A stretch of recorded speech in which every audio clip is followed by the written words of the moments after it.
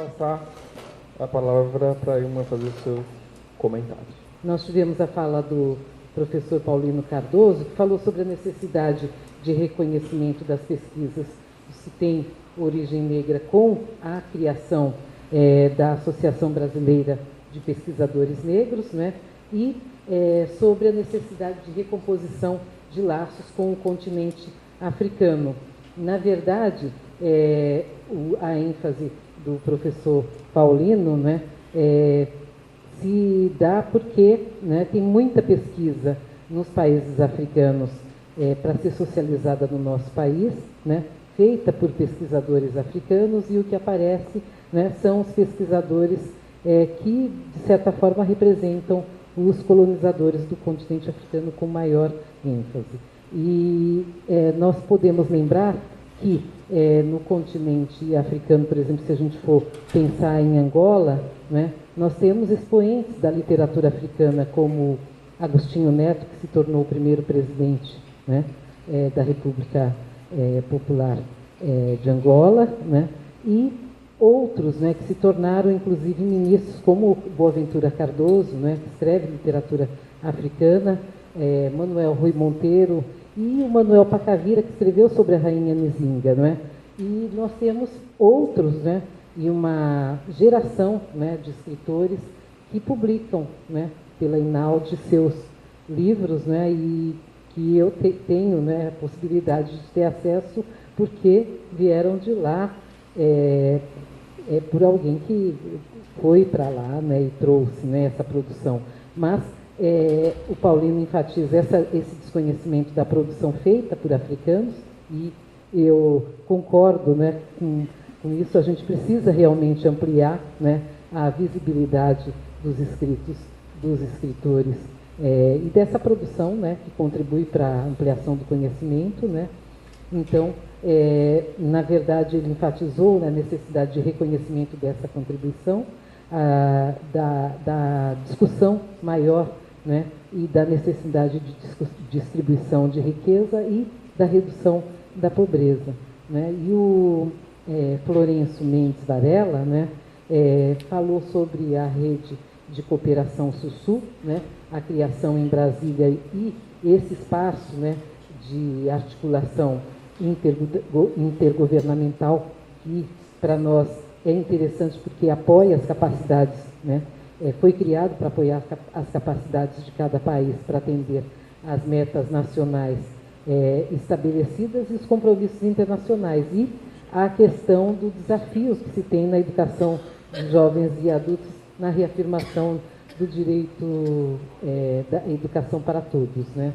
E esses princípios da cooperação Sussu, né, presentes na fala dele, né, trazidos por ele, nos colocam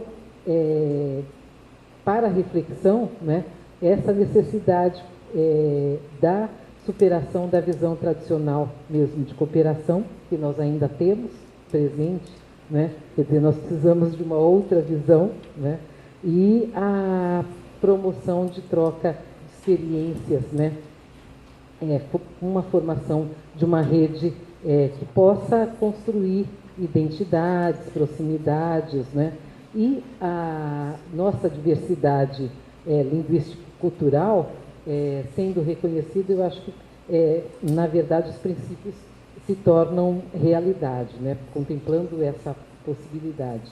E os desafios e possibilidades com a geração de expectativas, né, que temos, né, quer dizer, como gerir, né, expectativas que temos com relação, né, aos países, né, do hemisfério sul. Então, quando a gente pensa, né, América do Sul, África, né, como os países, os continentes do sul, né, e nós que estamos, né, em países que são da diáspora africana, o Brasil é um país da diáspora africana, nós pensamos como essa expectativa, né, de formar uma rede de cooperação Sussu é uma necessidade, né? Então, uma necessidade de ser refletida. Eu venho hoje de um encontro com especialistas em História da África, que foi iniciado no dia 20 de maio e terminou no dia 22 de maio, em Addis Abeba, na Etiópia, né? E lá nós pudemos conhecer várias visões, né? E também vemos uma possibilidade de cooperação desses pesquisadores de história da África, né, com os pesquisadores da história dos africanos na diáspora, né? Então, na verdade, nós temos uma realidade, né, a realidade que o Brasil vive, né, como um país de diáspora africana, que é de tratar da história da África no currículo escolar. Isso a Lei 10.639 nos traz como possibilidade, mas nós discutimos, na verdade, a necessidade de definição das diferentes concepções que se tem de diáspora. Mas as nossas lutas no Brasil, né, fizeram com que eles entendessem a necessidade de construir um 9º volume pautado nisso, né? Então, a reunião foi para a discussão da elaboração do 9º volume de História Geral da África, que vai contemplar também as diásporas. E aí, numa mesa que pensa na cooperação Sul-Sul, é uma discussão, né, necessária, né, porque nós temos que reconhecer essa história, cultura e identidade como as diretrizes curriculares nacionais para a educação das relações étnico-raciais e para a história e cultura brasileira e africana, né, nos trazem, né, a valorização desses diferentes processos históricos, né, que temos essa vivência em África e, né, Brasil, resistência ao colonialismo, independência dos países africanos, e aqui resistência à escravização e avanços, né, na promoção de uma educação que contemple a história dos descendentes de africanos no país. Então, eu penso que é uma mesa oportuna, né, para que a gente possa abrir para o debate, né, sobre essa realidade, os desafios que temos na cooperação Sul-Sul. Eram esses comentários iniciais que eu tinha. Eu queria rapidamente, só a partir da fala do professor Florencio também, comentar que hoje à tarde eu participei da reunião do grupo da sociedade civil. Nós fizemos um esforço bastante interessante de nos conhecermos, pessoas, tínhamos representantes de Brasil, Cabo Verde, Guiné-Bissau, São Tomé, Angola, Moçambique. Fizemos um esforço louvável e coletivo de levantarmos questões comuns, de sabermos em que podemos nos fortalecer, em que podemos nos apoiar, em que podemos ganhar mais legitimidade. Eu acho que esse caminho me parece um caminho importante para a rede como um todo, né? Acho que talvez o Varela falou desde 2006, são 7 anos. 7 anos já é uma criança entrando na escola, né? Já é uma fase da vida que se foi, né? Então, acho que esse encontro é uma boa oficina, é um bom momento, uma oficina que é um bom momento para se pensar em que passo estamos, porque o risco sempre é estarmos num evento como esse, cada um fala da sua história, da sua realidade, mas o que nós fazemos juntos, né? O que nos fortalece, o que queremos em comum, porque é isso que pode dar legitimidade, força e sentido para sermos uma cooperação, né? Então, eu só lanço, complementando a fala do professor Florencio, essa perspectiva do que é que nos fortalecemos juntos, uma vez que estabelecemos um processo de cooperação. E abro a palavra para quem quiser agora fazer questões. Uma observação é muito mais para a rede lá de EJA, como é que isso está, porque, e aí para o professor, mas também pode ser para quem da rede que está aqui. A discussão da educação de jovens e adultos no Brasil, né, nós temos uma tradição nesse campo de reflexão, de discussão, de produção, né, uma significativa, mas pelo que eu conheço, essa tradição, ela nunca incorporou no seu arcabouço, até então, eu acho que agora está começando a fazer isso, uma discussão em torno da problemática racial brasileira. Eu acho que nós nunca tivemos isso como um foco, um elemento importante para se pensar a questão da educação dos jovens e adultos. Aí eu queria saber como é que a rede está lidando com isso, já que é uma rede de cooperação sul-sul envolvendo o Brasil, né? Nós temos a grande referência dessa reflexão com o professor Paulo Freire. A própria literatura trata das insuficiências do pensamento do Paulo Freire na apreensão da problemática do racismo, né, na sociedade. Ele mesmo, inclusive, reconhece um pouco, mesmo que sua obra tenha sido influenciada pelo o pensamento, pela perspectiva anticolonialista, né? Inclusive o Paulo Freire reconhece a influência na sua obra, na pedagogia do oprimido, do Fanon, né? Mas como é que isso está na rede, essa discussão do racismo, das relações interraciais? Eu tenho essa curiosidade, porque eu acho que isso é um ponto na cooperação, no crescimento, no fortalecimento importante que eu percebo. Eu só queria aproveitar a sua pergunta, eu não sei se vocês sempre poderiam comentar. Eu acho que tem uma questão interessante, pensando naquilo que eu vim dizendo todos, ou do juntos, né? O que é pensar racismo da perspectiva da cooperação, que alinhamentos possíveis, né? Porque o que é racismo para nós brasileiros não necessariamente tem o mesmo significado para aqueles que estão falando de outros lugares. Não que o conceito de racismo mude, mas a perspectiva da qual se põe historicamente o racismo não é a mesma, né? Então, acho que também é muito importante pensar como é que se discute isso no âmbito e se qualifica isso no âmbito da cooperação, até para pensar estrategicamente como isso, que significado tem para a cooperação, né? Acho que isso é bem importante, porque senão politicamente são caminhos que podem ser muito divergentes, né? Enquanto aguardamos outras perguntas, só um comentário rápido: como é que a rede contempla esta questão do racismo? Bom, primeiro, devo aqui realçar, estão a lembrar seguramente, um dos princípios fala do reconhecimento e da contemplação da diversidade linguística e cultural.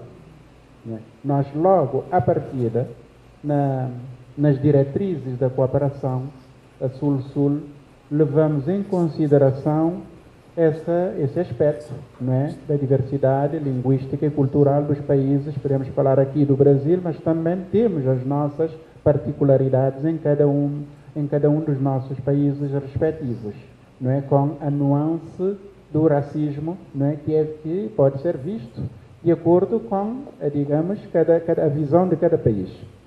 Como é que nós, em termos concretos, eu aqui, anteontem, a esta hora, estava na Serra do Evaristo, vivendo e convivendo com a comunidade quilombola. Eu devo sentir, caro amigo, que eu estou satisfeito, feliz, por poder ver o programa aqui através do ECPOS, a contemplar esse aspecto. E na terça-feira vamos estar com uma comunidade indígena aqui, vendo em que medida a educação de jovens e adultos ajuda na preservação das identidades, mas também que aporte, traz para o desenvolvimento daquela comunidade ou daquelas comunidades. No caso, o projeto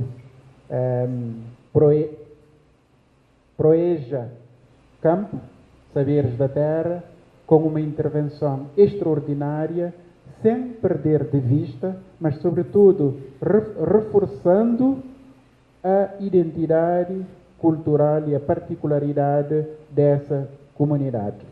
De modo que é dessa forma que nós, quer nos princípios, mas procuramos também, em termos concretos, não é, nas nossas ações, ter em conta, não é, essa diversidade para nós. E lembrando Paulo Freire, não ficando só na retórica, mas buscar dar corpo aquilo que nós definimos como princípio fundamental. Eu não vou tocar nesse ponto. Primeiro que quem tem a experiência de cooperação são os colegas aqui. A gente está mais para ouvir e talvez mais aprender do que sair falando, né?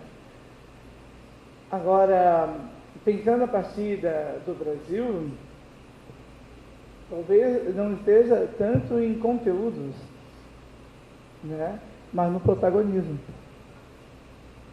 Ou seja, a pergunta quando se olha para o Brasil é: em que medida as pessoas que são atores no processo de cooperação, aqueles que dirigem, aqueles que coordenam, contemplam a diversidade que existe em nosso país? Em que medida que aqueles que dão a linha, que constroem a linha, né? Ou seja, em que medidas que nesses espaços, nesses lugares, em especial indígenas e afrodescendentes, fazem parte dos processos de direção, são constituídos para ser lideranças nesse processo, participam desses momentos de intercâmbio. Né? É a presença deles enquanto pessoas reais ou melhor dizendo, a ausência deles quase sempre, é que está a denunciar do nosso lado a existência muito difícil do racismo. Então, da mesma forma que as feministas nos ensinaram a ler a violência pela ausência, eu acho que os nossos diferentes concidadãos que também participam desse processo precisam se espantar com a nossa ausência, né? E esse me parece um aspecto fundamental, ou seja, quando a gente... É lógico que nós falamos de lugares muito distintos, né? De certa forma, o Florencio, eu acho o professor, meu colega aqui, né? Eles vêm do chão, né? Do espaço de contato direto de comunidade. Eu e meus colegas também, embora tenhamos lá no lugar de onde nós falamos, e de onde falamos, é de comunidades ávidas para literalmente assaltar o céu. Nosso desejo está no meio do caminho entre colocar fogo e tudo, ou dizer, precisamos construir juntos. Aqui no Brasil, nós estamos no processo educativo de ensinar aos nossos concidadãos brancos que nós podemos falar sobre nós mesmos. E isso, professor Florencio, é fundamental. Até poucos anos atrás, nós não falávamos sobre nós mesmos. Nós não estaríamos sentados aqui ao seu lado. É algo extremamente novo. E agora nós queremos mais. Nós queremos, e aí há a diferença. Nós queremos, por exemplo, algo que o diálogo com a Codesia, né, com a união de universidades africanas, queremos participar dos espaços onde a cooperação acontece em outras dimensões, né, em que, para vocês terem ideia de como é complicado no Brasil, o Ministério da Cultura está pensando num museu focado em pensar a questão da memória da escravidão, a memória das populações de origem africana, né? E convidou para a comissão que irá organizar duas pessoas que podem ser excelentes pesquisadores, mas são duas figuras contrárias às políticas de promoção de igualdade. Né? E um deles que nos odeia, Manolo Florentino, vocês que gostam da gente como escravo, lá nos textos deles do século XIX. Mas não nos quer como pessoa, como companheiro. É esse debate que, no nosso caso, nós estamos fazendo, então a gente acaba falando de um lugar bem distinto. Agora, também é distinto porque o que acontece? Quando a gente está na universidade, a gente faz um duplo debate. Qual é o duplo debate? Em primeiro lugar, dizer para os meus nossos colegas que estão fora do campo da educação, que há uma enorme possibilidade de internacionalização das nossas universidades se nós fizermos parcerias com o continente africano. Mas, por outro lado, nós temos que convencer nosso governo e outros atores que a universidade pode ser um instrumento. Leia-se, né? Apanhando os dois lados e não conseguimos avançar. Deixa eu passar a palavra para a Jaqueline. Jaqueline? Então, assim, tentando responder um pouco a questão que foi colocada. A ação educativa, e nós da Unilab fizemos uma discussão exatamente de como era que a gente podia trazer a 10.639 para o contexto da rede, né? E a ação educativa fez uma provocação muito positiva, que era de nós avançarmos na pesquisa, na pesquisa que estamos fazendo, que estamos construindo com os países. E no debate, o que nos ocorreu? Olha, é importante, de um lado, os países conhecerem o debate que o Brasil tem. E por que o Brasil produziu e chegou e construiu a 10.639. A outra é como é que os africanos, como é que essa experiência de África pode chegar nas salas de aula por eles mesmos. Como é que nós podemos presentificar a 10.639 a partir das nossas missões, em que os africanos falem de si, por si, para nós. Como é que essa memória, como é que essa vivência, como é que esse lugar dos saberes, da experiência, dos afetos, que nós estamos indo em África, dialogar, construir, produzir, como é que isso chega aqui no Brasil por eles mesmos, né, com as vozes deles, com os seus saberes. E aí nós fizemos uma conversa aqui, já falamos um pouco com a reitora Nilma, né, para nós aprofundarmos esse debate, né, e produzirmos material juntos. Então, quando a gente vê essas fotografias, como é que essa experiência, como é que esse viver, ele por si e por meio dessas pessoas, ele pode chegar nas escolas. E aí nós estamos com foco na EJA, porque a nossa rede é de EJA. Nós estamos com foco de fomentar isso e trazer essa experiência para a EJA. Aí pensamos na produção de material com toda a complexidade que isso traz, né? Com toda a complexidade que hoje é debatida no Brasil, essa produção de material didático.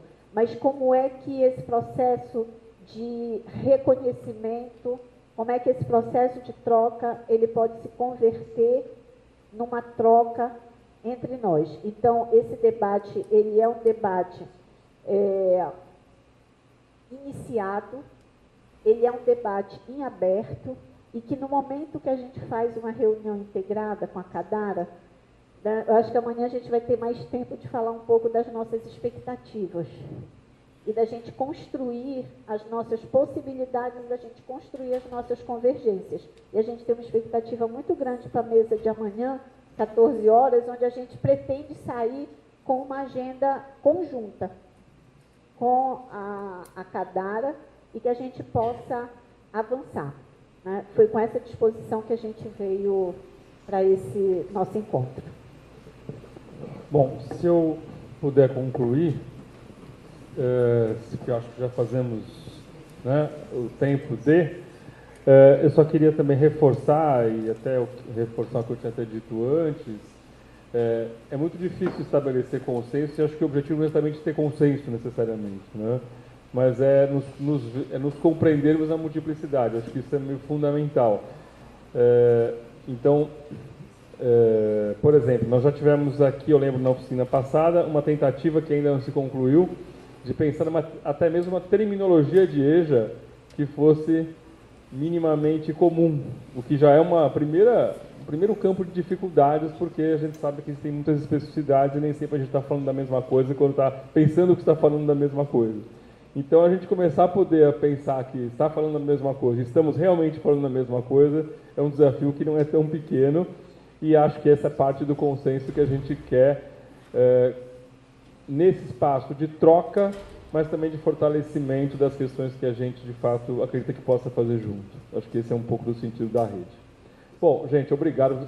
Todo mundo, muita gente com cara de cansado aqui. Eu queria agradecer, de todo jeito, ao Paulino, à Ilma e ao Florencio pelo esforço aqui.